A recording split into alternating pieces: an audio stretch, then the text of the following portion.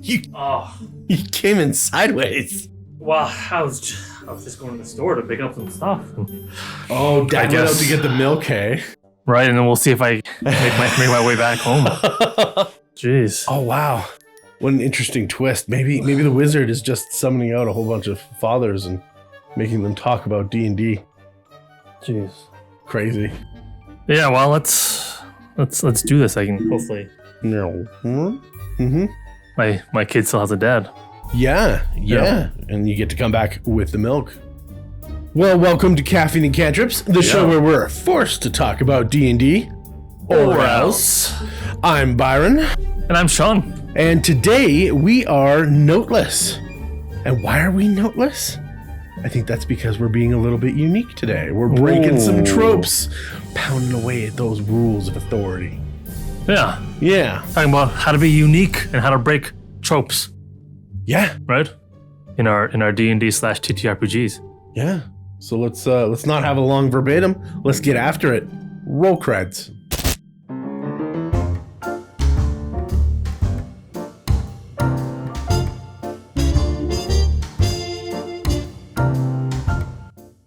Well, welcome back once again to Caffeine and Cantrips.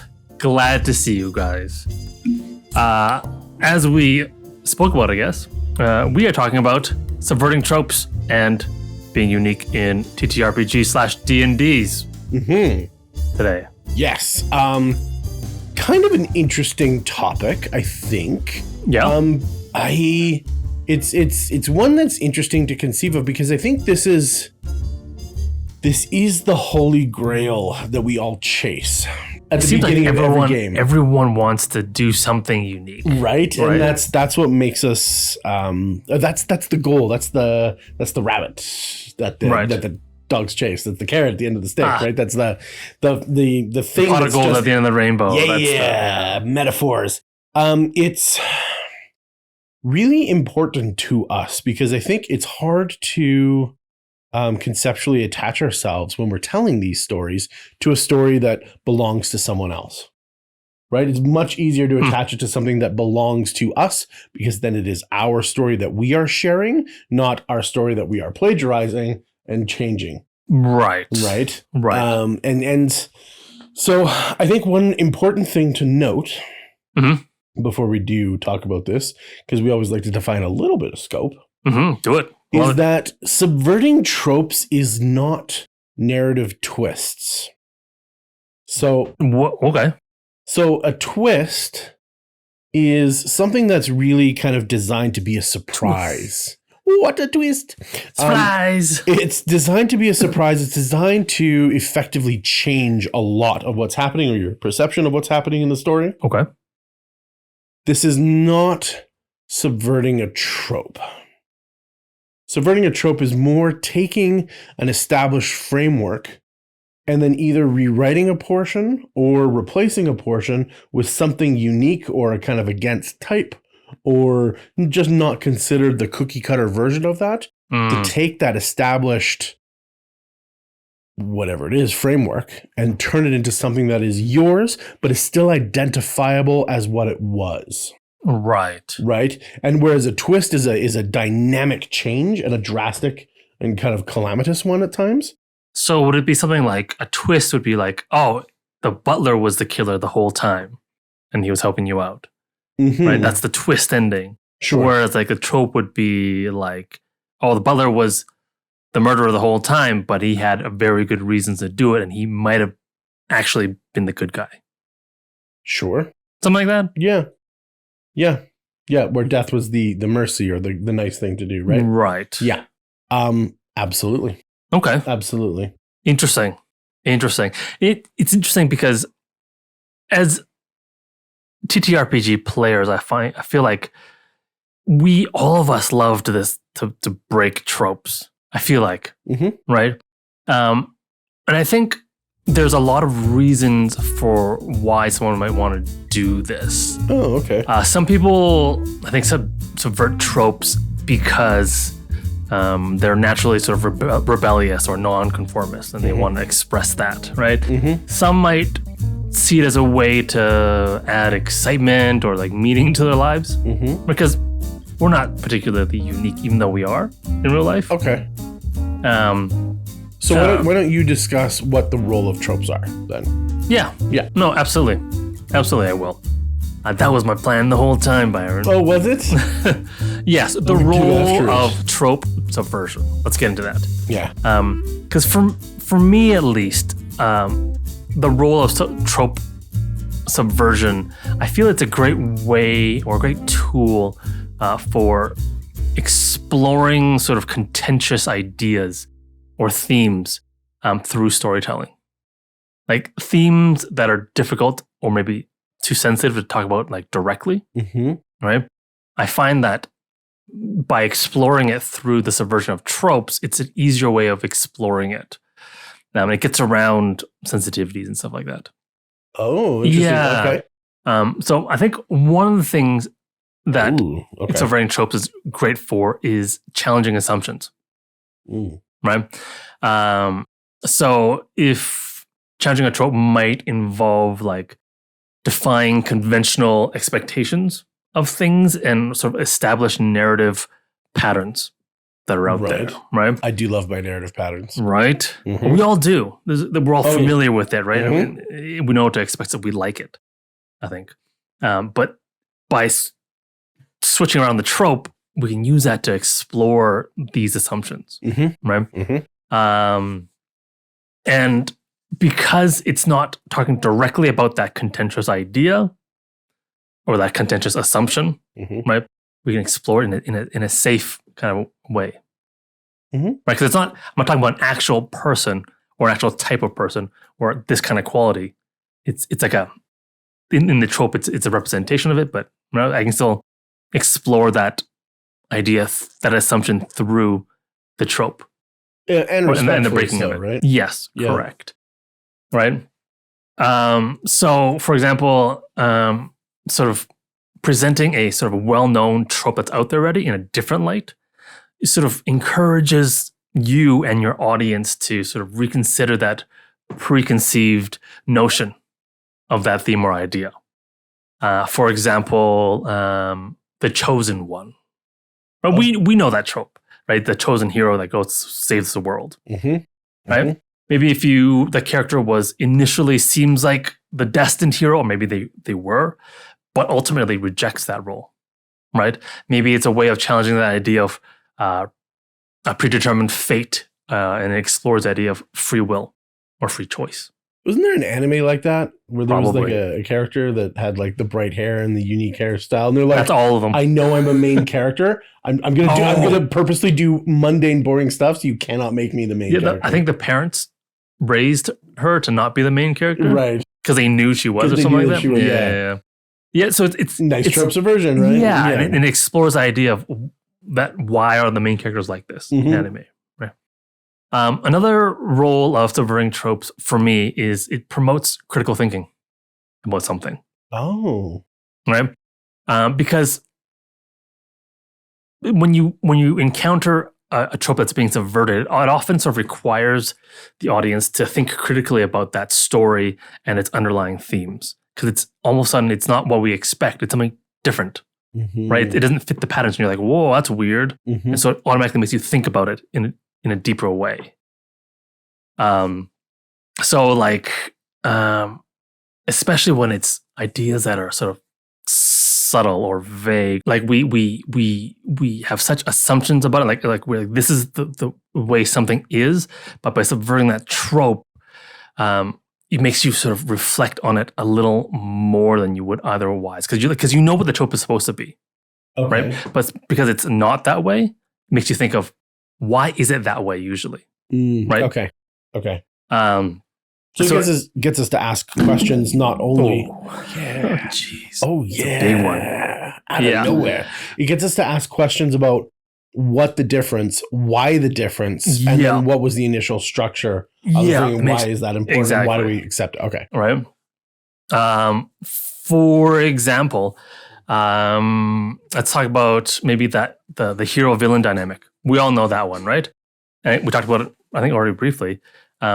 If you reveal that the apparent villain has justifiable motivations.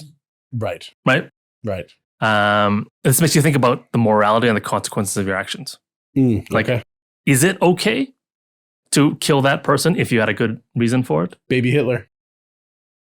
Can you Well, explain Baby Hitler? The thing. If you could go back in time and kill Baby Hitler, would you to prevent all the stuff? Right, because Baby Hitler hasn't done anything wrong yet. Right. Right. And a lot of movies sort of explore that. What's that one with Tom Cruise where like you see future crimes? Minority Report. Minority Report. Yeah. Right? Same sort of idea. Right. Like, is it okay? It makes you ask the questions and think about it critically. Yes. Right. Tom Cruise always makes me think critically. About a lot of things. Call us. Give me some of that coconut cake. Subverting Tropes. By the ocean? No. But if it's Tom Cruise, maybe. We'll talk about it. Yeah. Another thing, I think another thing for me when I think of subverting tropes, I see it as a way of highlighting the complexity of certain issues, right? Because in this day and age where everything is sort of binary and simplistic, with like left wing and right wing, there's no like in between. There's no like center anymore. There is. You know what I mean? Yeah. Not in the discussions out there. It's either right or wrong, right? Mm-hmm. Up or down. So it things that are so polarized and sort of biased, usually if you subvert that trope, it's easier to see it in a more sort of multifaceted sort of a way because it sort of separates you from your biases personally and as an audience. Okay. Right. For example, let's say the happily ever after trope. Mm-hmm. Right. Yeah.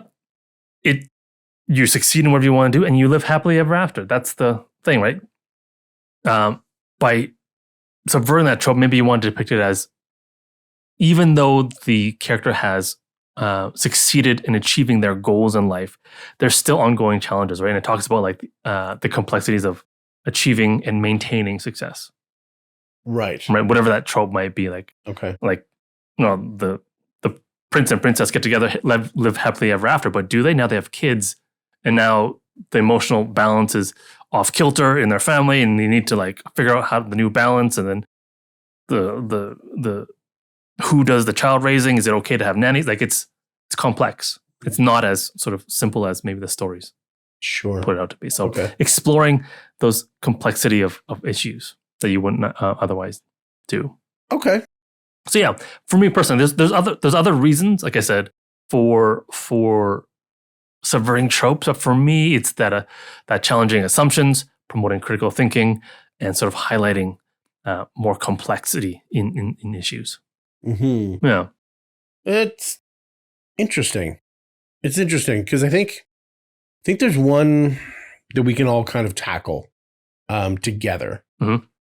As far as one of those kind of consistent rule-based things where it can either be A or B and on or off or right. So the binary, not liked or liked and subscribed, like to this video. Yeah, you could just jump on in and do that, and then you don't have to worry about subverting the trope because there's enough people that don't. Right. That's one idea that's not complex. No. Right. No, super not. Do or do not. There is no try. Yeah. So. But we prefer if you do.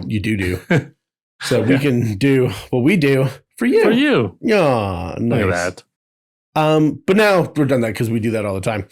You want to get to the meat. So yeah, I do. I specifically like.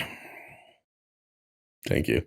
I specifically like kind of one of your leading in thoughts and premises to this, where it adds complexity, both, and I think it highlights that complexity. Well, it highlights the complexity, but it also makes you think more about this thing as generally probably the player.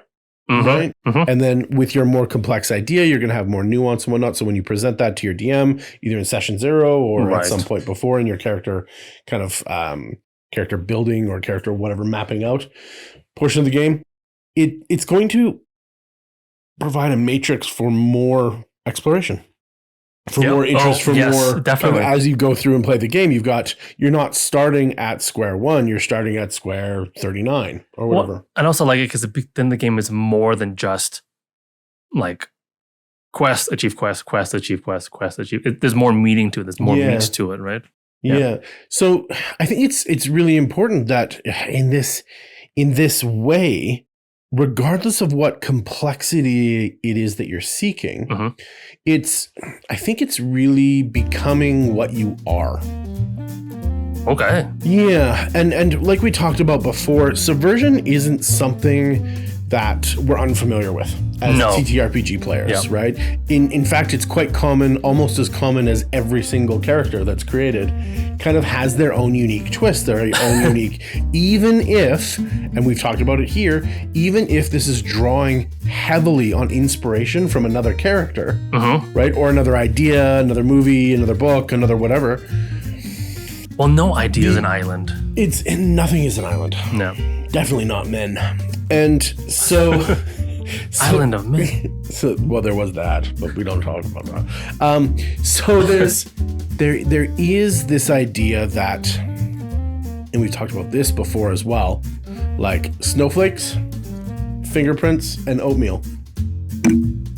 That's two. That's two. Like three. I don't know.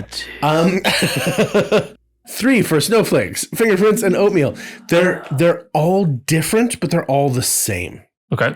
Right? Yes. And so, we have a human fighter and a human fighter and a human fighter and a human fighter, but they are all different human fighters because this belongs to Penelope and that belongs to Brad and that belongs to Chelsea. Well, at differing levels, we're all the same and all different. Correct. Yeah. Correct. And so we are very much used to, in our own lives, developing our own sense of style, our own sense of self, our own sense of, we spend the best part of the first quarter of our entire lives or more figuring out who we are, what we feel like, what we look like, and that's not a concrete thing. Right. Okay. Right. But we do develop our unique sense of self.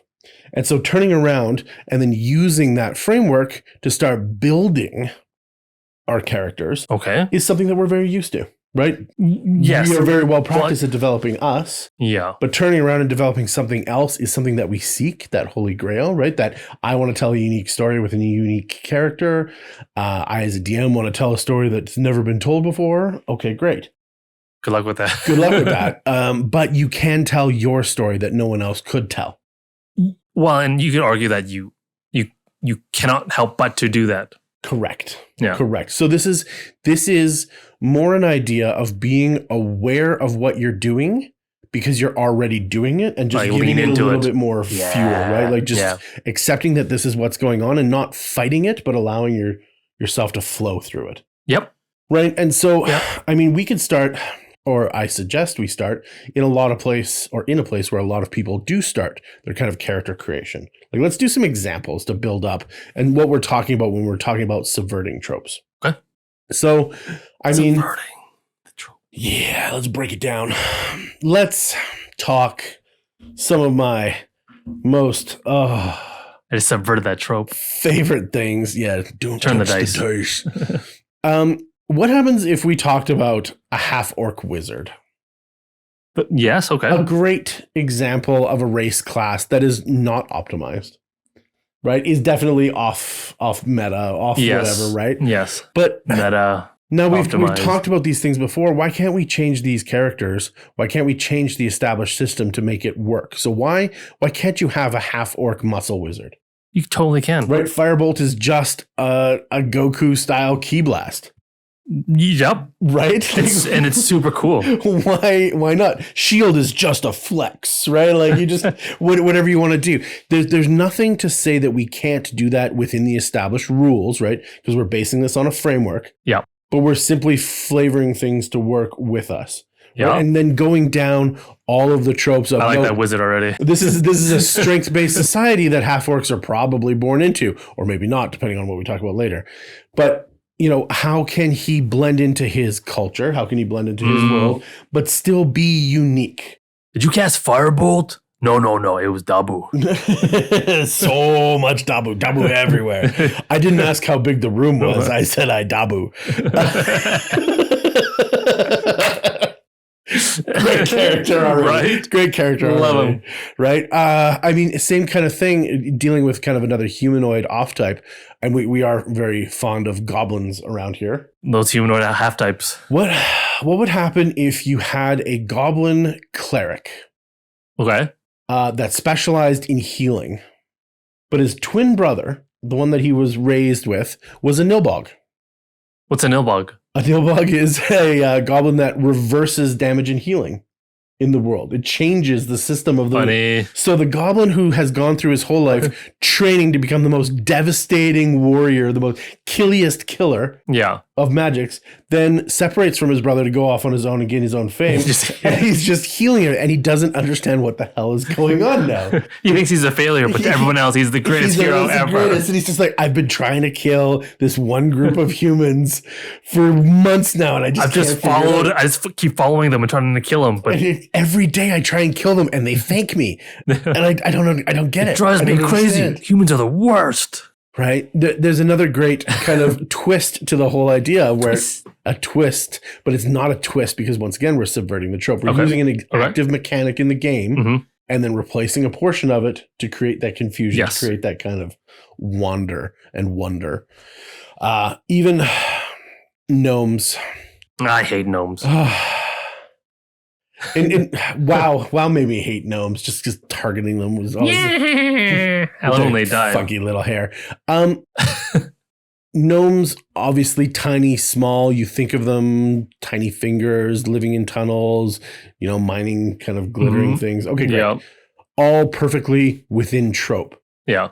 What about a gnome barbarian, who we reflavor to be artificer-like? So they're kind of like Bane, right? Like they've got this poison juice that they rage out on. Yes. Right? They're like, their attacks are all kind of little gimmicky things. Yeah. Right? Once again, we're fitting into the trope of what's happening. They are a barbarian. They are using a rage, or they lose control of their machine and it just kind of lashes out violently at things around them. Yeah. Right? But that's okay. Because we're still following in the rules, right? And their machine just gets stronger over time, right? Yeah. Or it flails twice as hard because they get extra attack later and like primal jumps and stuff. Right? Love it. There's all sorts of things that we can do. Even though I hate it. What's that? I love it even though I hate it. Next character coming up. More seriously, though, and instead of kind of like grabastic and crazy, dealing with something that's a little bit more mental or kind of spiritually focused, you could have a tiefling druid. Who's like an Arctic one because their bloodline is from the heart of Cania. That's where their demon blood comes from. Where's Cania? It's the 8th layer. Okay. 8th layer of hell. It's that like cold blizzards, uncannily rapidly moving glaciers. It's like the ski resort of hell. It's where the mountain chases you. You don't chase the mountain. There's something there to say like, hey, look, this part of this world is like the bloodline from my other world. Okay. And so I belong here just as much. Right? Like this is what my bloodline calls me to. This is what I do.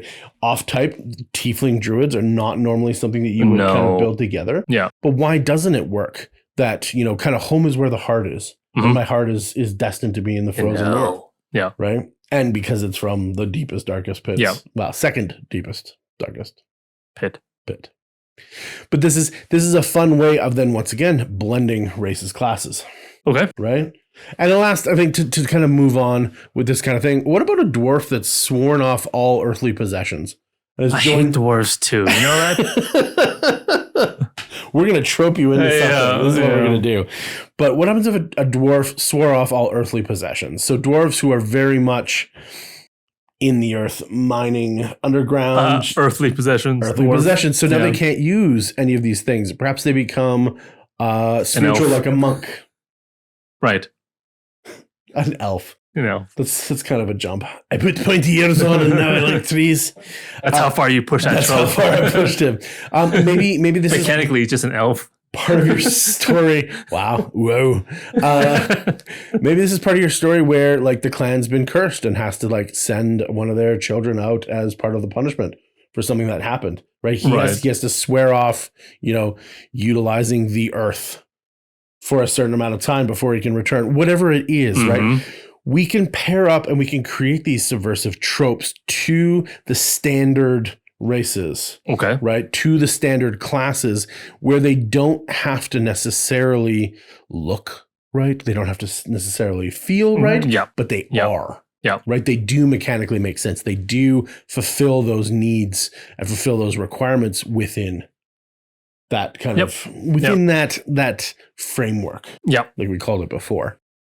I mean, going on beyond that, something that I think is come up more recently, but is characters with disabilities. Okay. Where players can play and find like that gnomes. Reflection of like gnomes. Wow. People can see themselves in the game, right? They can play characters. So if someone's in a wheelchair, they can play a hero in a wheelchair. Yes. Right. That shouldn't stop them from adventuring and whatnot. And because it's a game and because it's fantasy, of course we can make that work.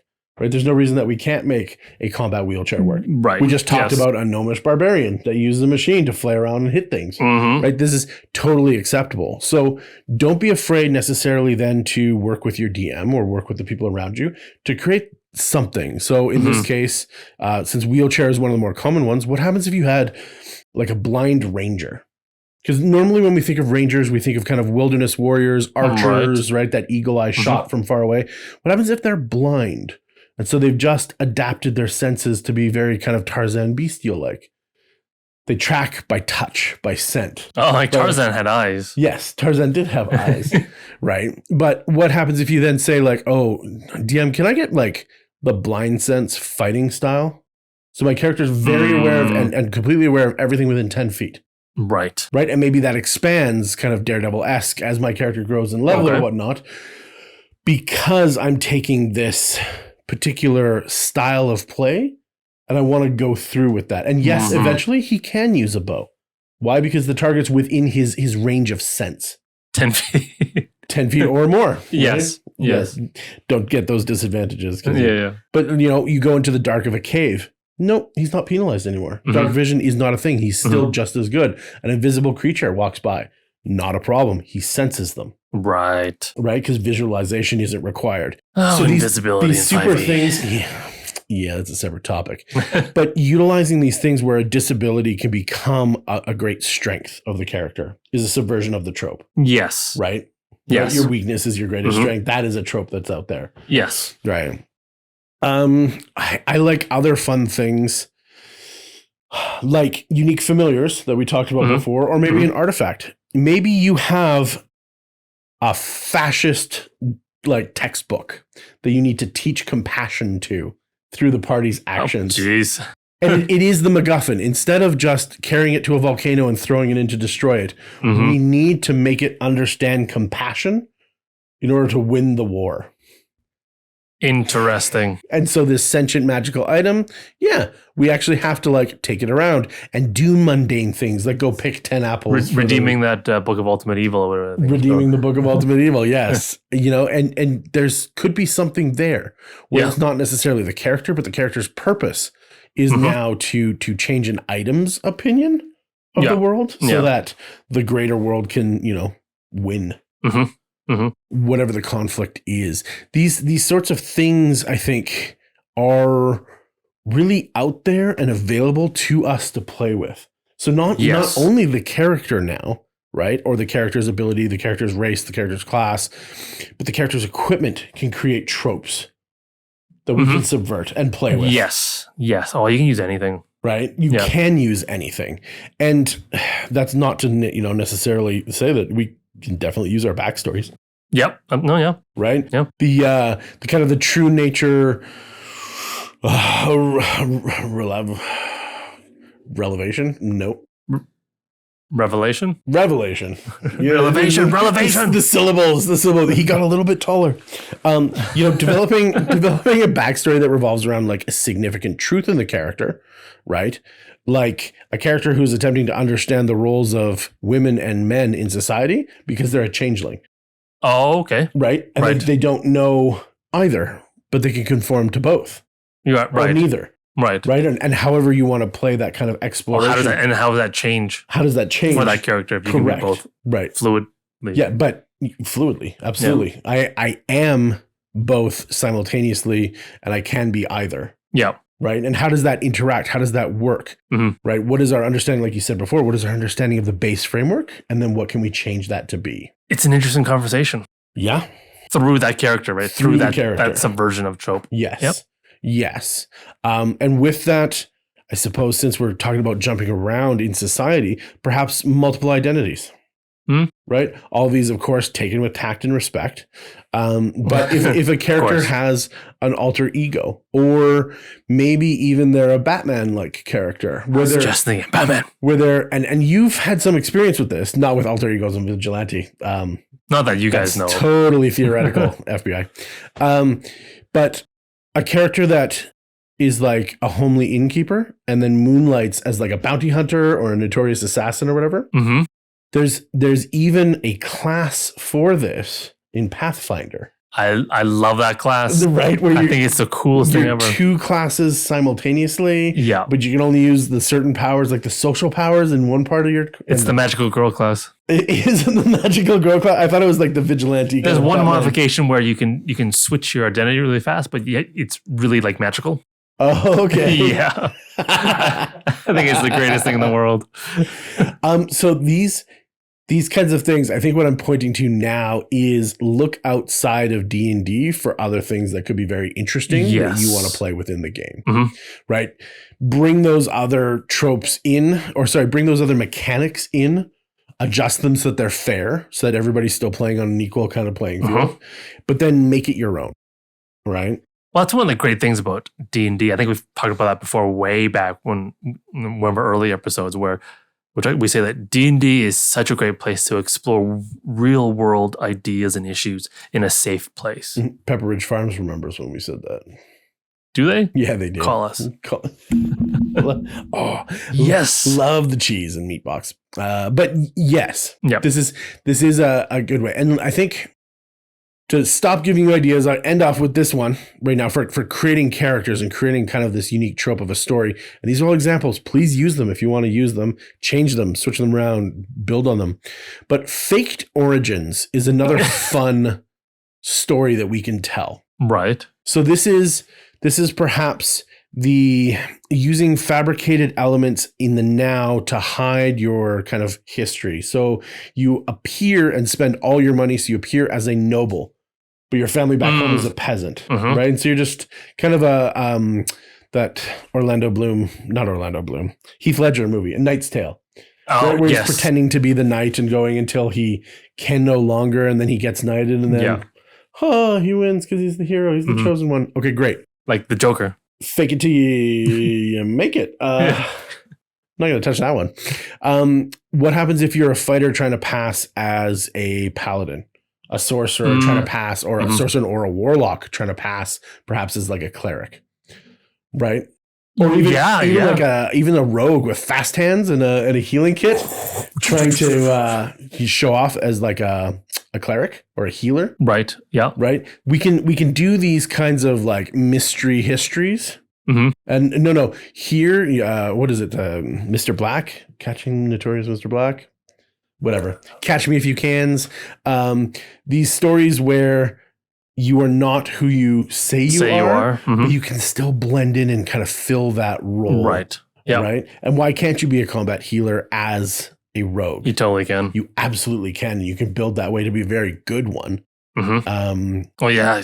Sliding past people, no attacks of opportunity, right? Like using an action to use your medicine kit, and then bonus action using your medicine kit on another person, right? In one round while moving. And there's a lot you can do within the mechanics to really, really tell the story in a unique way with a unique character that no one's ever seen before. Yeah. Or a character that everyone's seen before in a brand new light. Yes. Right. Because really, it's just a healer. It's just quote unquote just. So yeah, any cliche you can also target with your tropes. Yeah. Like my parents are dead and I'm an orphan or whatever. Yes. No, my parents are super happy. I have a loving mom and a loving dad, and we have a beautiful little farm that's successful, and bandits never raid there, and it's just really awesome. And then I just want to do something before I go to Bardic College next year. Don't tell the DM that. Do tell the DM that. Just be like, no, I come from. Don't F with them. Yeah. Oh yeah. This is my trope. Don't F with them. The DS. Yeah. This is my thing. Is that I have a nice home to go back to. Yeah. I'm just like a really happy person. I just want my dad to be proud. I want to make something of myself. Right. Right. And it's probably one of like the shining, beacons on the hill for D&D players to have. Just like, no, he's got a happy family. He's super good. Why are you even here? Yeah. But yeah, because it's just my gap year before I go to the academy. Yeah, it's really awesome. Why not? Why not just kind of like break down these tropes and memes that are specifically for D&D, right? Yes. Yeah, be the bard that wants no fame. They just want to be left alone so they can work on their art. I just write music for other people to sing and perform. That's it. That's it. Just leave me alone. Yeah. No boinking. No, the introverted bard. Yeah. Yeah. I like it. Yeah. I like it. I think it's true that you're talking about like building characters. And I think when we go and we're wanting to build something unique, and maybe you're like, how do I do that? You're looking for something unique, right? And you're like, your ideas are great, Byron, but I want to come up with something. Your ideas are great. I think there are a few true and tried techniques when you're going about trying to create your own trope, your own sub-trope. Oh, okay. Right? Creating your own trope. Well, you're subverting a trope. Oh, creating your own subverting and thereby creating, creating your own trope. Nice. Because I feel like all tropes that are subverted for long enough become tropes in itself. Transtropification. Right? Because Superman was a trope, and then along came Batman, subverting that Superman hero trope with the anti-hero, like that dark hero. And then I suppose. And then now he's now Batman is a trope, right? That dark brooding hero. Yeah. Right? And then one day it'll go another way. Right? So I think so if you're looking for a new thing to do for yourself, there's a couple of ways you can do that. What are those, Sean? What are those? I think the first one, you guys may or may not know, is just by blending genres. So take two genres that maybe normally don't go together very easily and just mix them together. Right? Let's merge them together and create a new narrative that defies your typical genre expectations. Do you think you can do this as a player? Yes. Okay. Absolutely. For example, you could do horror romance, right? Another example of mixing those genres would be action adventure / documentary. /documentary. Yeah, right. There's two different genres. You're like, how does that go together? But it could. I'll come back to this, I think. Suddenly I want to play a Steve Irwin campaign. Listen, friends, you got to stay right here outside the breath weapon. I'm going to go in and see if I can get this last down. Right? It'd be great. It does sound really awesome. Tragedy / comedy. Oh, this one's a tragic comedy. It's a thing. Tragic comedy? Right? Yeah. And I think the trick is when you do this, you want to have conceptual synergy. So you want to mash them together, but in a way that works. So when you're doing this, you have to figure out in your own mind how you're going to fit them together, because they don't naturally fit together, some of these things. Right? Like your action adventure documentary. You're like, what? How can it be action adventure, hero, and a documentary? Like, how those two types fit together, right? But if you think about it, just think about take your two genres and think about the things within those genres that might be able to enhance the other one's unique sort of elements. For example, like our action adventure documentary. Think about how you want to manifest that mashup in gameplay. And you were along the same sort of thought pattern I had. I was thinking David Attenborough as an adventurer. Right? With that voice. And he's just like narrating everything that's happening. And like when he sees a creature, he just explains about like the behaviors and the habitat and their diet.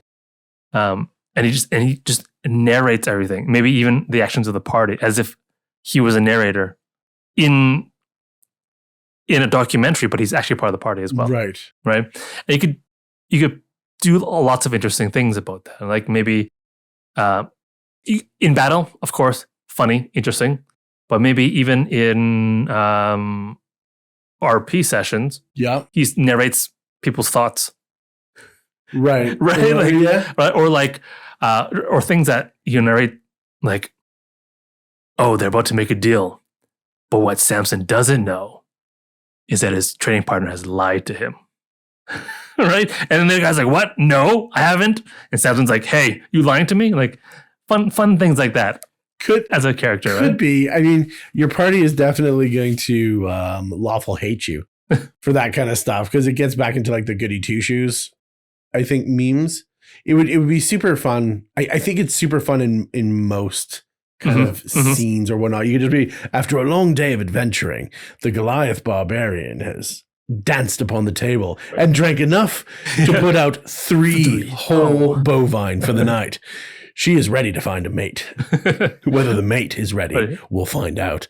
Right? And he talks about himself in third person. Yeah. And then if you want to get serious, you can get serious if you want to. Maybe there's a traumatic reason why he sees the world that way. Maybe there's like it doesn't have to be silly. No, it's interesting though, because you're gonna have like a narrator off with the DM. Well, it's an in-character narration, right. Which is fun, right? Yes, for like serious moments and like tense emotional scenes with tact, of course. Of course, you'll figure it out. Get after it. Yeah, but that's just one example of how you could do something like that, like mixing those genres. No, it's interesting. Do you have a way of mixing the genres? What do you mean specifically? Yeah, I not like a formalized sort of process to do it. I just sort of do the gardener. I'm like, oh, this is cool. How do I fit it together? And I just sort of finagle it. Interesting. Together. Because when you were explaining them, it seemed like they were single spectrum emotions. So like your comedy tragedy is like happy to sad. Okay. Right, your horror to romance is like attraction of like repulsion to attraction. Oh yeah, I did that way just because those are the ones that don't normally go together. So they're the least tropey. Right, but what I'm saying is, if you can find that continuum of kind of the emotion and its opposite, right, to slide on to juxtapose and smash those two together. Right, you could create your own emotional spectrums to play along with your characters, right? In case those aren't good enough for you, they're hilarious to me. David Attenborough's the best. Yeah, I would love to see him as a D&D character. An Attenborough and Irwin simultaneously. This is a beaut. I love it. He really thinks this is beautiful. He's going to now go capture it. I'm going to get this, Sheila. Yeah. All right, moving on. Yeah. Next thing you can do is character reversal. Oh, so that involves subverting your traditional character archetypes and creating interesting new character dynamics. You are doing that in your point, like with your goblin healer, right? It's just subverting that trope, that archetype, right? Yeah. But at a more conceptual level, you can play around with things like moral ambiguity. And I love that moral ambiguity. Right, again, challenging that typical hero villain dynamic, right? It's like your hero character might have flaws and he might be engaged in sort of questionable actions. Yes. Right. Yes. So the audience is like, oh, are they a hero? Like PCs typically are, anyways. They're labeled heroes, right? But are they? A lot of times they're not. I think we talked about that for like 5 episodes. It's true. Conversely, though, your villain, again, might possess sympathetic motivations. Yes. Right? And humanizing. Right, yeah. Real layers of their humanity and the depth that they might have that sort of defies your typical evil archetypes. Right? Your simple evil, yeah. Yeah. Role reversal. You can play around with. Again, playing around with the roles and expectations of characters. And you do that too, right? Like your typical class/party role archetypes, like, a fighter is the frontline tanky type fighter, right? Play around with that, right? And if you want to see examples, we have a wonderful Caffeine and Cantrips series called the Unboxing series. Oh yeah. We talk about how to do that, right? Unboxing the martial archetypes so that they're not just the front end hitting things with sticks type. You know, I never thought about it, but that those 3 episodes really are just subverting tropes. That's all they're about. Freeing your mind. Yeah. Right? Yeah. Oh, look at us. I know, right? Wow. Before our time. And there are many, many more ways. I'm sure you guys out there can think of a whole bunch. Leave a comment and let me know if you have a cool example, something you thought of them that sort of is a character reversal. I'd like to see it. Right? Yeah. I think the last thing, there's a bunch of ways, but the last one I want to leave you guys with is unexpected alliances. Oh. Yeah, it's another way of doing that. So basically what you do instead of subverting a trope with just your character, you can sort of create unique alliances between characters, right? And that's the trope. It's between the two characters, right? And it's so the relationship between these two characters that don't seem like they should be allied, that are, creates sort of that intriguing and unpredictable story dynamic, which is awesome. We all want that, right? One way of doing that is unlikely allies. Right. Right? Like you bring two characters together who, under normal circumstances, would be antagonistic to each other or like opposed to one another. And the uniqueness in that is the how they're together and why they're together. The classic Fox and Hound story. Oh, okay. Sure. Right? Sure. I was kind of thinking like 80s, 90s, maybe even before that a little bit, like all the cop dramas. This one plays it by the book. This one's a loose cannon, right? Absolutely. Mahoney, give me your and we're just like it was so famous to smash up those two types of characters over and over again. It's an easy way of defying tropes. Super easy, right? But again, they were defying tropes and it became a trope. Right. The good cop, bad cop, good cop, bad cop, yeah. Good cop, bong cop. Bong cop. I mean, even in comedy, right, where you get the kind of the Joker and the straight man. Yep. Right? Is the another comedy example. duo. Yeah. It exists everywhere. Everywhere. Another way of doing it, unlikely allies, and then you have like crossing boundaries. Oh. Right. Ooh. And this is you're challenging sort of the boundaries between race, species, societal divisions within the campaign. Right? Not your lines and veils. No. Don't challenge those. That's why we have X cards. And you form alliances across those sort of forbidden or discouraged boundaries. Kind of like Romeo and Juliet. Star-crossed lovers. No, right. that's great because this one is invoking more of the world and the lore and kind of like Legolas and Gimli. Yes. Right. So that's another way of sort of creating those unexpected alliances in the world. And immediately it's trope breaking, right? Of course, you can find your own pairings, right? And it's fun because you have another player to do it with. So yeah, those sort of 3 ways of subverting tropes, easy ways. I like it. Right. I like that. And because they're like techniques and you can sort of just throw in the different ingredients and they're immediately trope breaking. Yes. So take it and run. Yeah, it doesn't take a lot. No. Right? It doesn't take a lot to create something that is unique, really, when we kind of break it apart. Yeah. Which is kind of nice that it's so accepting of all these dynamics. It's just a way of thinking about it, right? Yeah. And it's like I said, it's very simple. It's almost as simple as clicking on the like and subscribe buttons just down there. Oh, he's talking to you. Yeah. You were there. I'm talking to them the whole time. Well, a little bit to you again. Since you were, huh? What? Since you were down there writing a comment about your character that you subverted. Ooh. Character subversion. On your way That's back. Different. On your way back up. Why don't you hit that like and subscribe? Join us every week as we talk about things related to D&D, TTRPGs, or else. So instead of or else, like we were just talking about, how easy it is. So simple. How easy it is. It really kind of pulls up a... See, I'm subverting a trope Just by not speaking in a Hong Kong accent. Just by not speaking in a Hong Kong accent. Wow. And then I'm resubverting it when I do speak it. Right. Yeah. Right. It's good. Anyway, sorry. I appreciate it. Yeah. No, I do. Yeah. I'm a walking, talking subversion, guys. Yeah. Yep.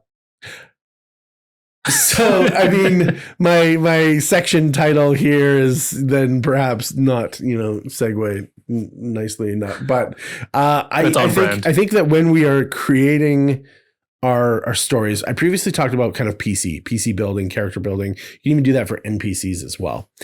Now to step up, I think from the DM's perspective, when we're trying to tell a story, I think what we're trying to do is we're trying to tell a story that's more like fresh bread and less like day old rice.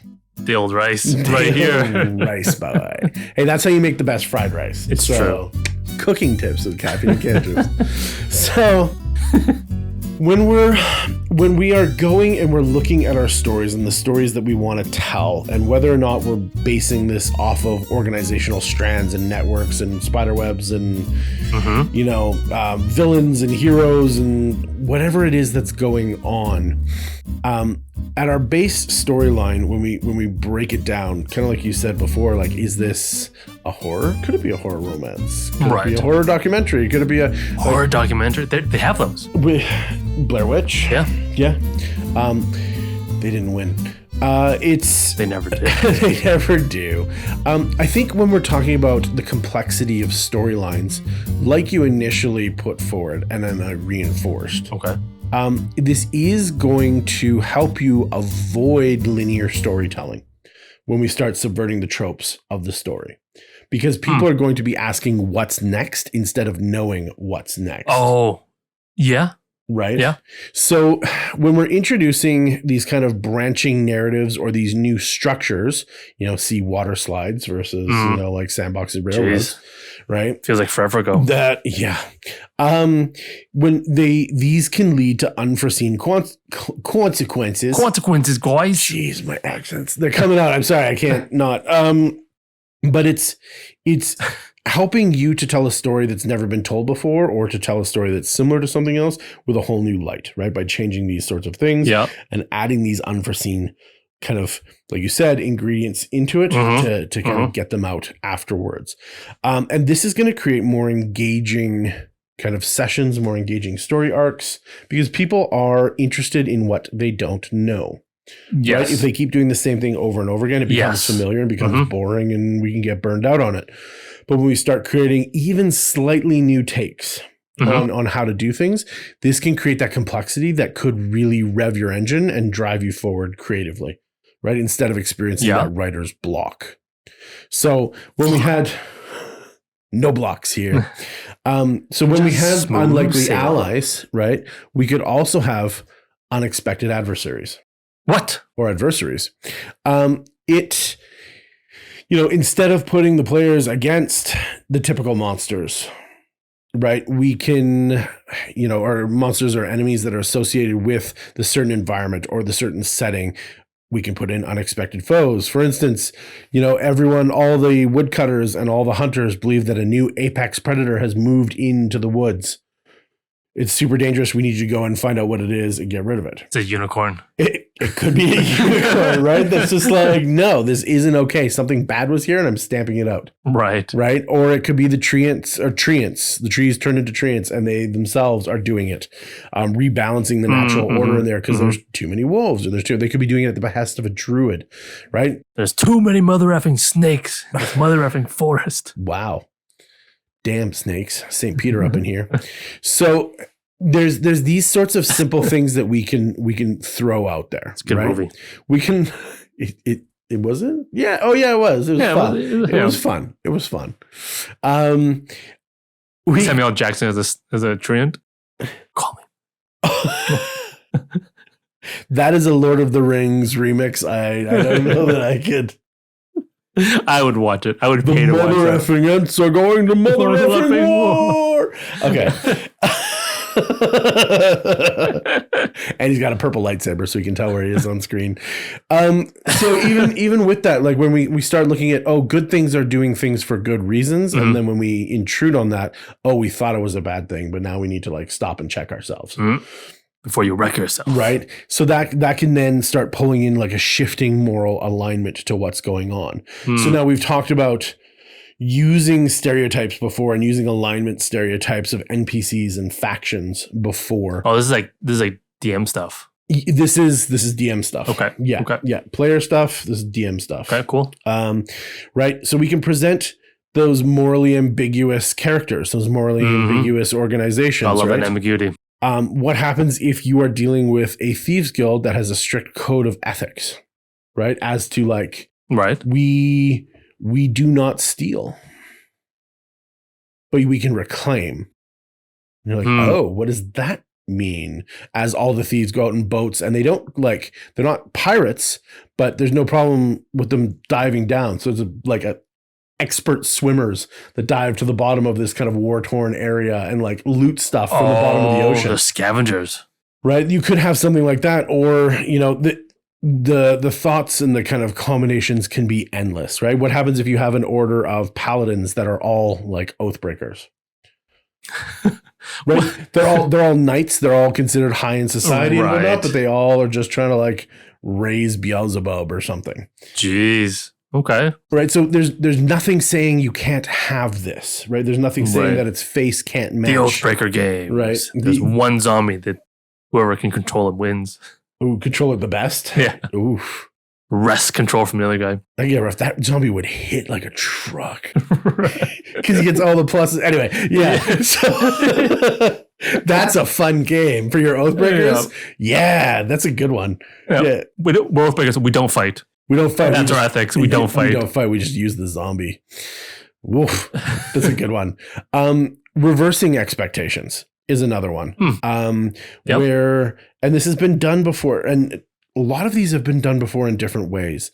In this case, let's say you're going out to save the princess or a captive or whatever. But when you get there, it's not a captive. It was just actually the person who hired you testing to see if you could do it for the next job. Right. Or maybe it was, we hired you to go get this thing because we need it. But when you went there, it's actually something that's a doom artifact or whatever. Right. Right. The princess actually fell in love with the dragon and they ran off together because the parents wasn't going to let them get married. Right. And I mean, to everyone's favorite movie, Shrek, this is exactly it. Right. Go rescue the princess. Oh, wait, the princess is a troll. Okay. Sad. Right. And so now it kind of, I didn't bring any fire. Tumbles on. The dragon's got enough fire. But it kind of tumbles in on itself of what you were expecting versus what you got. Yes. Right. And these are very simple, not twists, but ways to put in your game very framework, strong, canonical systems. Right. That have that extra part of them rebuilt. They're like more paradigm shifts. Yeah. Yeah, absolutely.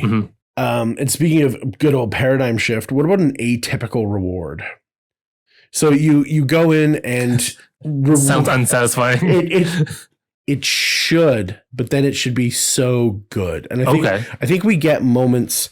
I think one of the more or most famous kind of critical role moments could be this, like the blueberry reflavoring. Oh, right. And it's just like, oh, I gave you that. A dust of deliciousness. And it's an atypical reward. But then you took that item and found a creative use for it that I could never have foreseen. Arguably one of the best scenes in that entire series. Exactly. Yep. In all of their campaigns. Yep. And so then you used this in a creative way to change everything. Yep. Right. And that's why those wondrous items are so fun. That's why the decanter of endless water is on everyone's list. Right. Who doesn't need a geyser at any given moment? The cloak of billowing. The cloak of billowing. What does it do? It helps you swim faster, remember? Helps you build a boat, guys. So self-powered. Like, feel free to put in things that break the cycle so that they're more interesting. Yep. What is this? It is a toad of hallucinations. Why do we need this? You know what? I don't know. But you deserve it. All right. And you guys are going to figure out something awesome to do with it. And that's the awesome sort of high points in D&D is when players come up with the coolest stuff with the most random stuff. So we're going to put a ring of fire resistance on the frog, and then we're going to dip it into the town stew pot. because that's the night we're doing the heist. Yeah. Right? You're just like, oh, what did I do? So what did I do? And you're like, yeah, that's what's awesome. Yeah. Right? Yeah. So don't be afraid to, oh, sorry, we're out of +1 longswords. Here's a this instead. Mm-hmm. And as a player, you should probably still be stoked. Yeah. Oh, we're going to find something for this. Here's a +1 long cat. How cat is it? +1. Ooh, meow. A long cat. Mine's only a short cat. You can do other things, I think, that can be very dramatic and artistic. And I know this one you'll like. Oh, will I? Yeah, you can evolve and change environments. So a beautiful rendition of this is, I think, from Netflix, Love, Death, and Robots. Mm-hmm. It's called Fish Night. Where there's some people caught in a desert. Yes. But then at night, it becomes the ocean floor of history. And the spirits rise up and dance around and they live again. And I did like that episode a lot. Right. And it's a beautiful way of showing that this may not have always been the way that it is. And that it was something different. And this is kind of like this beautiful, dangerous, whatever it is, this juxtaposition that you want to create. But like, oh, it's not just a desert, guys. Wait till you see the forest. Wait till you check out the mountain ranges. Wait till you sail across the sea, right? All of these things no longer now become mundane, right? They are something to be explored, to be interacted with, to check out, to be super cool, to be scared of. And like, no, we're just never going into the desert at night. Because who cares about just another forest? Right. Yeah. Right. So feel free to change this kind of stuff, right, as you're experiencing it. And of course, the unconventional allies that you mentioned before. Yep. But in this case, instead of character to character, why can't we go and say like, no, I'm breaking the tropes. No. Breaking the trope. Break the tropes. Orcs in my world are good. Straight up. They're no longer lawful evil creatures or chaotic evil neutral. They are generally neutral good. These are good orcs that live in here in harmony, but the humans still want them gone. Wait, what is going on here? Right. Why? They're peaceful. They're nice. They're just like everybody else. They just want to live and be happy. Right, because the humans are lawful evil now. Because the humans can be lawful evil, right? They and mostly so are. and so you can subvert it that way. You can have I am a powerful high CR creature, but there is another high powerful CR creature that I'm not sure I can take. Right? I'm not sure I can defeat it in combat, and I need to get it out of here. Okay, PCs, an unlikely alliance or a potentially short-lived alliance. Our kind of goals are aligned. I don't like you. You don't like me. But we're going to go do this. And probably I'm always going to have one eye on you and you're always going to have one eye on me. But at the end of the day, we can, surprise, not have a twist ending. And it was actually like, yeah, that was the deal. You go your way and I go my way now. Right. And next time we meet, it'll be death. Okay, cool. Great. Like, holding to the contract can also be a subversion of the trope. Right? Because we're always waiting for the twist. We're always waiting to get stabbed in the back. The twist is the venturing party doesn't attack that guy immediately after they defeat. Yeah, they held out their spell slots, let the other guy get beat to stuff. Right. Yeah, and then like, get him. Mythic actions. That's what you say, DM. But, it even as a nice kind of fun roleplay moment, provide them non-humanoid or kind of alien allies to work with that you cannot speak with. You cannot speak with through any sort of means other than kind of sign language and whatnot, and have your party stand there or sit there at the table and communicate with you. Here's a sentient gelatin. Why not? Primordial oozelings are a character race now, right? I think he's hungry. Feed him. It could be a very interesting moment and a way of, once again, subverting trope of a basic transactional deal can get blown out of proportion. They always do. They could, or it could go super well because you have somebody who's like, oh yeah, I'm awesome at, what was that game? Brainiac? I don't know. The one with the clay and the art and the... Oh, yes, Brainiac, I think. Anyway. I don't know, whatever. Yeah, but you've got somebody who's like, I want to take on that challenge. I want to do it. Let me try, guys. And Right. then you go and you do it. And of course you have fun, Yes. right? Because for something different. And when we're going through all of this stuff, stepping up now away from the table, more to DMs and world builders. Oh, I think I want to pull out again. Okay. Right, farther and look at this back. I wish to have you all behold my field of tropes. Because when we get up to this level where we're world building, you can do anything with anything.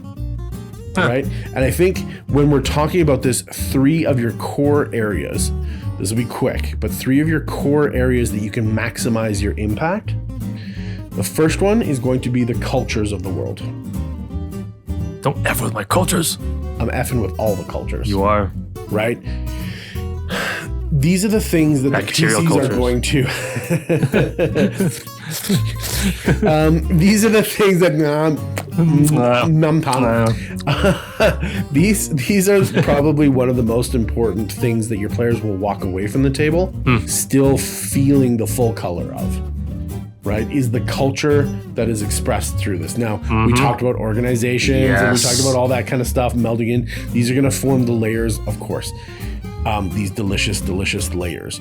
But when we're looking at the creation process of this, right, this is where you can put in those key tropial shifts.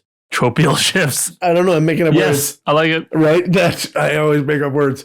But they can create these dramatic changes in direction of where things are going for very little effort. And when you continue to create on top of them, it can make these massive, massive changes, right? So if you were to ask yourself like, okay, what if one of the kingdoms in my world discovered vibranium or something close to that, Okay. right? A la Wakanda, Yes. right? Okay, well, this is controlled by a warlord, not a benign kind of democracy. So they're going to use their superpowered ore that they have to dominate as much as they can, as quick as they can. And every single vibranium spear or club or whatever that you can steal from their army will make you a king back home because nobody can defeat you, right? These are artifact level weapons that they just give out to their brother, right? What happens when you include something like that, right? What happens if you just drop in superheroes or like level 20 PCs everywhere? Everywhere. Right? Like, how does the world change? Right. Right. And how can we expect it? Even if it's not superheroes, let's think about the other side. Yeah, I'm going to sprinkle high CR monsters everywhere. Right? I love how fearful are the humanoids or are the main races? Well, it changes the way the cities are built, the size of the cities, how much farming they can do, all that kind of stuff. Yeah, no longer really do you have nomadic tribes necessarily, unless they're small, light, and quick. Yeah. Right? He's coming, pack it up, let's go. Just those vibranium guys. Potentially. Yeah. Potentially. Whoever lives on Vibranium Mountain has the ability to kind of push them away. But then it's always in contestation and there's always fighting about whatever it is. But like, what does the world look like when we change this, right? What if insert your trope here, right? You can create these tiny little things that massively affect the world.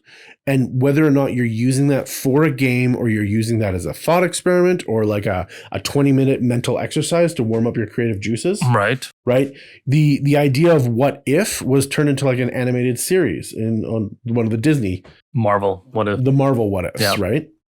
It's a powerful question when we are trying to be creative. Once again, to get around that writer's block. Because you can say, what if anything? What if turtles were made out of gelatin? What if humans live for 1,000 years like elves? It's what a messy world that is. What if dwarves love the trees as much as elves do? Right? You can do whatever you want, attack the memes, attack the tropes, change kind of willy-nilly. And this will create massive sweeping changes in kind of your paradigm acceptance of what is and what it could be. Right. The second big core thing that we can talk about as world building and creatively speaking is your magic system. Oh, yeah. Oh, yes. Now, going beyond hard and soft systems, Hard being really lined out as to what the rules are. Kind of like D&D is a very hard magic system. Yeah. A soft magic system is very much like Star Wars or Harry Potter or whatnot, where you can kind of just do stuff and nobody really knows what the limitations doesn't are. Matter. Yeah. Then just throw the moon at them. Anyway, so when we look at how our magic systems work, this will also have a significant impact, and even whether or not they're acceptable, right? So Star Wars, we already talked about that, and Star Wars and space wizards in general, very accepted by the people. Mm-hmm. It's weird, I think, actually, that there's these giant military organizations, but they're like, yeah, no, space wizards are awesome. As opposed to that space wizard can just crush our fleets. We kind of need to end them all as fast as we can find them. Or get them on our side. Or get them on our side, right? There's How do I raise more of those guys? My way, the highway. Yeah. It's very interesting how there's multiple sides and there's all this stuff kind of going on, and they integrate in not seamlessly, but kind of on the upper echelons of how all the systems that Star Wars has built. And it's beautiful and it's wonderful and that's awesome, right? But they've chosen to make it that way. When we jump into D&D, something familiar to us, but we go into the Dark Sun setting where you've got defilers and preservers. Yep. Oh, yeah. Not even talking about the psionics everywhere. You have people that will literally drain the lifeblood of the land around them in order to cast spells and kill everything. And you have other people that kind of like revitalize and like, you know, encourage growth and cultivate around them as they use their magic. Their magic is slower. It's not as powerful. It's not as necessarily effective in quotations. But they can build in a land that looks kind of like Dune. They can build oases and they can build these green valleys and they can build this. Druids. And then one defiler will come through and just wreck it, right? And so there is issues, and there are fundamental issues in the economy, in the kind of agriculture, in how does this interact in the world? Who is liked around town? Who is despised around town? Jumping to another system, Avatar, Last Airbender, not Blue. No, Blue guys, right? Yeah, no, Last Airbender and Korra and all those kind of guys, right? Really interesting. You can control one type of magic unless you're the super special chosen one, and then you control multiples. Yeah. Right? How does that affect it? If most of your world has these powers, a little bit or a lot, most people can kind of do something, right? And so there's these kind of widespread acceptance, but also military organizations use it. There are entire sweeping changes based on it's hard to imagine. It's hard to imagine. And then Harry Potter I also mentioned, which is not space wizards, but it's British wizards. You know, there's American academies too, and like Bulgarian academies, not just sure. I mean, but to be fair, the book series is called Harry Potter, and not Victor Crumb. It's true. It would be a very different story if it was Victor Crumb. Very different. Yeah, I'd read that story. But then we have, once again, now we've got a system that's very hidden and very secretive. It has its own complex rules and its own complex kind of side roles. It doesn't really make sense. But it doesn't really make sense. But it's fine because it's fantasy. And there's always going to be holes to poke at and whatnot.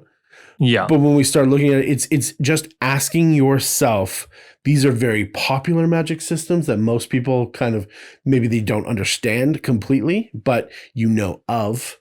Right? Like we know of these. So how does this adjust your world? Right? We talked about in our unboxing, high magic, medium magic, low magic settings, right? How does that interact with these particular magic types? What happens if you had to sacrifice a goat or a chicken every time you wanted to cast a spell? Because it's all blood magic. Right? Then people walking around with like carts full of like farm animals, you're like, oh, don't mess with that guy. Nobody go near the chicken man. You just got a lot of wineskins marked. This is chicken. This is goat. And like the date it was harvested and whatnot. Yeah. It can drastically change how your world feels, how it looks, how your PCs are going to interact with the hypochondriac. Don't mess with him. He's got the most magic power. He's been collecting that shit since he's 10 years old. Forever. So magic is second big core one. Yes. And last but not least, and we kind of alluded a little bit to this, but is your monsters. Monsters. Is kind of your antagonists and whatnot, right? breaking down when you become comfortable with being truly comfortable in creating stat blocks, adjusting monsters and whatnot, allows you great lateral movement in changing your creatures so that as players, regardless of how much D&D you've played, regardless of how much TTRPGs you played, right? When you see a goblin, you still go, Yeah. My DM always has a trick up his sleeve. Mm-hmm. There's always something going on, and we're 12th level. Why are there goblins? Why are there goblins? These sorts of things can create great byproducts of curiosity, mystery, but displacer goblins. But they are such a good idea. But they are so sorry, guys. But you know, these do create those kind of weird paradigm shifts of just like, okay, remember that what we see is not necessarily what it is. Right. We have to interact with it. We have to do these sorts of things. And then once again, because we're talking at the world building level here, how does that change the world around them? What happens if you do have a bunch of Tarrasques walking around? Or you take a game world like Monster Hunter. Mm-hmm. There are just high-level CR beasts wandering around all the time. Oh, look, it's another Elder Dragon parade. Great. Right? Like, how do our towns survive? Right? Right? Small groups of elite hunters that go out and hunt these Monster Hunter. Beasts, love that game. Right? Yeah. And it's just the way that world works. So can you bring that into D&D? Absolutely you can. Right? But realize that it's going to shift the way your world looks. Right. No longer are there massive cities. They're all up in airships. Why? Because the ground ain't safe. Yep. Right. And that's okay. We go down, no problem. We fly on those weird little hide things. Yes. Little bird things. Yeah. And that's little okay. Bird things. Right. Wonderful. So yeah, ask yourself simple questions when you're building your worlds. Right. And allow yourself to see how those kind of sweeping changes really affect the world around them as you explore these tiny little kind of core points. Right. And even if you really want to get down to something that's a simple question that's really quite difficult, how would the game play if all of the alignments were reversed? Exactly the same? Oh, that's boring. Sorry, guys. No, it's yeah, you could say that. It could be exactly the same. But would it be? What? If all the alignments were completely opposite? Alignments were like the opposite. If liches were chaotic good. It's like if you became me and I became you, life would be exactly the same. Oh, but I couldn't play D&D. Because we just did it. Did we? You just became me and I became you. Oh, Freaky Friday. There you go. Great. Oh, listener out there, I just became you and you became me. Oh. Right? See how we did that? Nice. It's so good. Wow. Defeated. Yeah. Okay. So anyway. But no, it's a good idea. It's a good way of doing it though. You take one simple change in your world and then you push that idea as far as you can into your world and see the changes. And it's probably going to be more than you think. Right. I like it. Yeah. What happens if dwarves were the primary race? What happens if chromatic dragons were good and metallic dragons were evil? Right. You can do these sorts of big questions. You can do little questions, right? What if kobolds and gnomes got along? What if Underdark wasn't underground but in the sky? It's over bright. Right? What if it's just a huge city and like complex in the sky made of clouds and shit? I don't know. Like, how would that change? I don't know. The surface world probably get attacked a lot. Right? I don't know. Like, it's probably simple change. Yeah.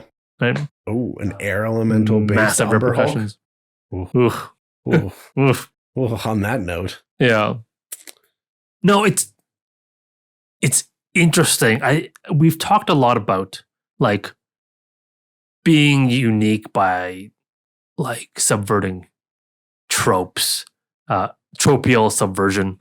You could say tropification. I think it's cool, and I think there's a lot of benefits to doing that. But also think that if we're not careful, we can run into some problems. Because if you're if you're being unique for the sake of being unique, you will run into some challenges, I think.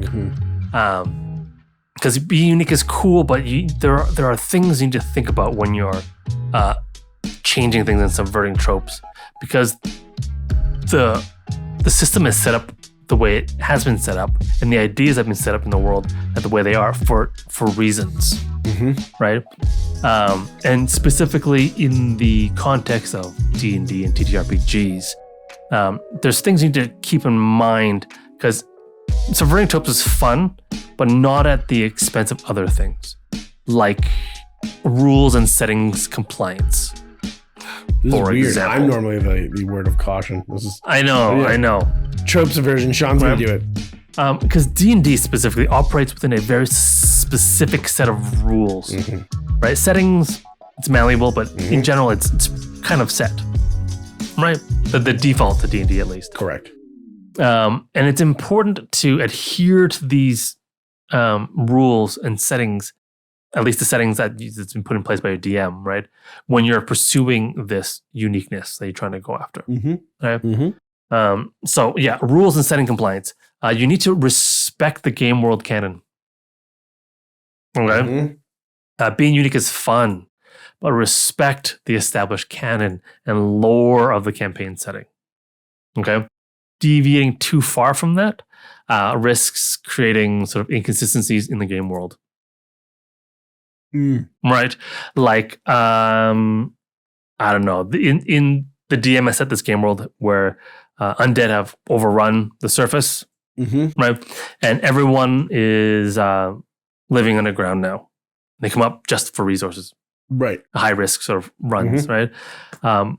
But you decide that for your character, you are able to control any undead from a glance, with just a glance, and that's it. Right? And you're like, well, that is probably inconsistent with the game world that your DM has set, and it will probably create problems. Right? So be mindful of the game world canon, right? Or maybe like, oh, no, these zombies that raised me were good zombies. Yeah. Right? But the DM's like, they're not. They're all undead. They just want to kill all living things, right? Yeah. So careful, right? Now, another thing you have to be careful about is homebrew and variant rules. Okay? Be careful if your character concept necessitates rules modifications, right? Or homebrew stuff like custom races, classes, spells, etc. Everything. Right? Because unbalanced homebrew content can and will disrupt the game, right? Some of the rules as written stuff will unbalance and ruin the game at times. And these are done by professionals who are getting paid to design these gameplay elements, right? So be so careful that if you're going to propose any of that kind of stuff, work with your DM to balance and integrate your content into the campaign, right? Collaborate with your DM, right? With any of this stuff, really, collaborate with your DM. It's a good rule of thumb anyways. Whether you're doing tropio subversion or not. Stop. Work closely with the DM when you're developing your character concepts. Because they can and will hopefully guide you on sort of rules and lore, and they'll hopefully try their best to help you create a character that fits in their campaign setting. Right? They might have to make sort of setting specific adjustments to your stuff, right? But they can also provide insights into how you can integrate your character more fluidly into the campaign. Yeah. There is a chance that your DM will say, you know what? I never really thought about it. Okay, there are some good zombies up there.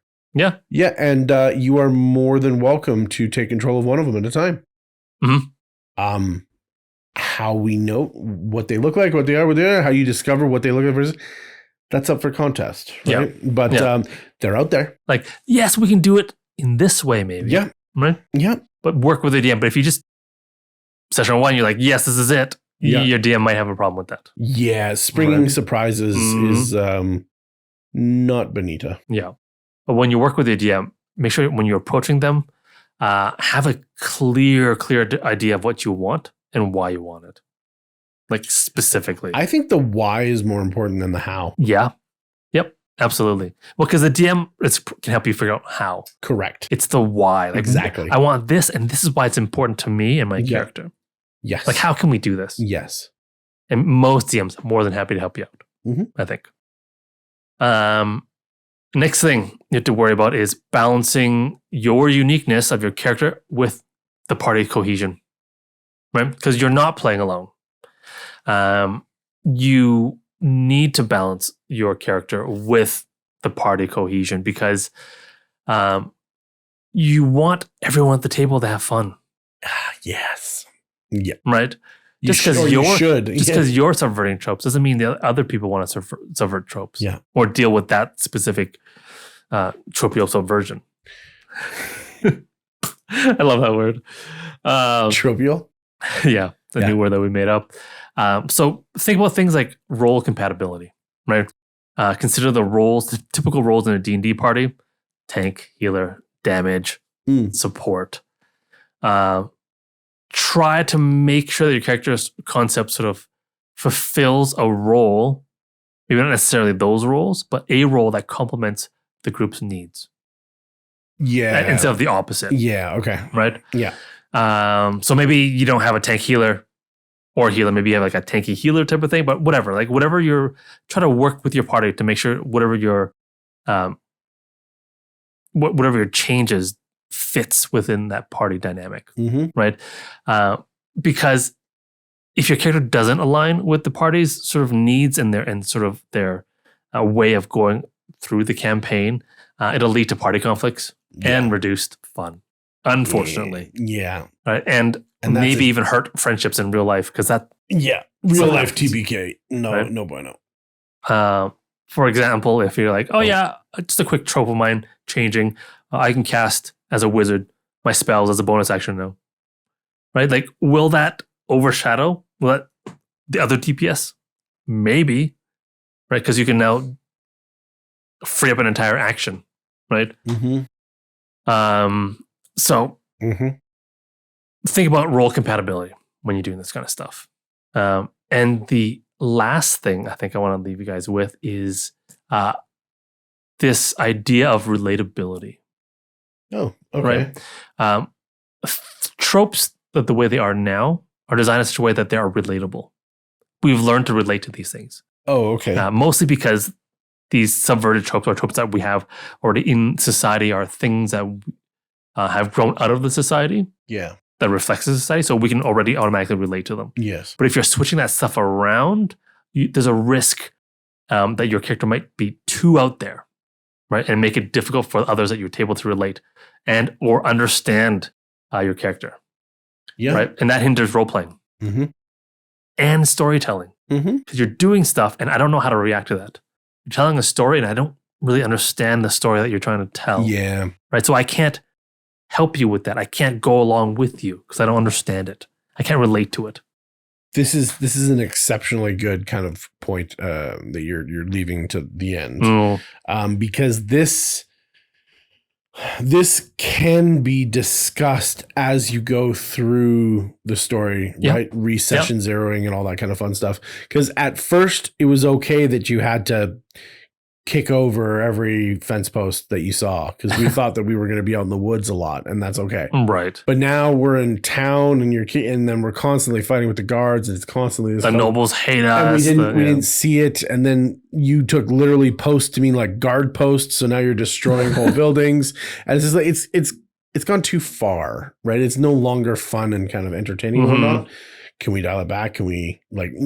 I want to find a way for you to still be happy. Yeah. Right? Kicking over fence posts, but maybe it's just fence posts. But like, why exactly is that important to you and your character? Right. Again, right? Yeah. And it should be something that should be open to be discussed. Right. And if it's just because I want to be unique, maybe it's not a good enough reason to disrupt the RP in the gameplay. Yeah. Right. But if you're worried about this, there's a couple things you can do to sort of mitigate that lack of relatability. Oh. Yeah. You can. Tell me more. Yeah. Ground your personality traits for your character. Like ground it. No, like ground it so it's solid in the ground. Oh. So like a fence post. Yeah. That isn't kicked over. Right. Even with a unique character or like a tropio subverting character, it's important to give some personality traits or characteristics that the other people can relate to. Mm-hmm. People, the players can relate to. Oh, humanize your, yeah. Yeah, make it relatable by having grounded personality traits because we understand those and we can relate to them because that's why they're grounded. And that does is it creates that common ground for role playing, right? Because I understand this personality trait. Yes, you've given me a hook to which I can take the bait on. Yes. For example, I have a weird ass alien from some other plane, right? Another world, but my character also has a sense of curiosity and a desire for friendship. I can understand that. That's a way of relating to your character. Right. Right. Another thing is using shared experiences. As you're building a character, find ways to connect your character and their backstory with other characters in the party. Mm-hmm. Right. So you've got, again, another connection point where you can launch the RP from. Yes. And the relatability from, right? So shared experiences, what they do is they create that relatability and foster sort of that stronger connection between the characters. So then they have reasons to care about each other, right? And they have things that they can understand about each other already, pre-made, going in. Right. Like, so you're a weird-ass alien, but we've gone on an adventure before, and I saved your life, you saved my life, and at least we have that adventure. Yes. Right, in common. Yeah. No, the more kind of tricky or exotic your trope subversion is, should have an equally grounding effect. Yes. I think that's a smart idea, just to kind of keep everything in check and in balance. Yeah. Yeah. Absolutely. Yeah. Right, like good advice. Relatability and connection equals better role play. It does. Whether you're subverting tropes or not. Yeah. Right? But if you're subverting tropes, you might need some more of that to balance it out. Right? And in the end, collaborating with your DM and other players is important. Yeah, right? Sure is. In order to, strike that balance between unique and fun. Well, and we've talked about it before, but even setting goals and explaining, like, hey guys, I'm not going to tell you how we're going to get there, but one of the goals is for me to explore this type of role play. Yeah. I'm really interested. And that's why I chose this form, because I feel like it will. And other people go, oh, now that I understand, I have no problem with it. Yeah. Right? Yeah. So yeah, those things. Be careful, but you can use the things that I've listed out to sort of mitigate that. Be careful, be balanced, be communicative. Be good. Work together. Ooh. The DM and the other players at your table, and have fun. Have fun with your what tropio subversions. Tropio subversion. Yep. Yeah. Yep. So nice. No, I think that's good. Good place to end it, I think. Yeah. Ultimately, I think you guys are already masters at this. You just don't know. Really, because we do that naturally. Yeah. Like because D&D is such a creative sort of environment. Yes. And the people who participate in this activity are creative people. And we know that you can, like, two characters can be exact same on paper and feel completely different. So right? different. So I don't know that this is really a problem. I do know that if you're having trouble finding something creative and experiencing those roadblocks, you don't know what to do next. And like we said, you're chasing that carrot that's out in front of you and you can't quite grab it, whatever it is. Just maybe take a breath, take a beat, take a pause, and see what it is that you've already got, because you can probably add a little cherry on top of that, and you're golden. You've got a whole new source of life and excitement, right, in that. So, right, and ask stupid questions. Yeah, like what if instead of dwarves there were toaster ovens? I don't know. Some shiny toaster ovens, right? Yeah, underground citadels filled with perfectly toasted bread. The elves like those guys. Do they? Because then they gotta have a lot of agriculture because of all the toast that they're constantly making. The humans love it though. Oh, halflings. Oh man, the halflings love it. Yeah. There you go. Yeah. Like 11Z's time. Yes, it is.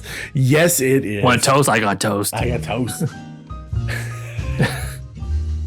Dwarf has toast if you have where. If you got coin. If you have coin? Well, anyway, thank you for joining us today. We hope you enjoyed this little exploration. Hopefully this has brought to light some of the things that you are awesome at, because you are awesome at this. And we think that. I know I do. Sometimes. Not all the time. You got to get your tropial hats on. Yeah. But yeah, as always, this was Caffeine and Cantrips. I was Byron. And I am Sean. And next time, you'll see us. Or else.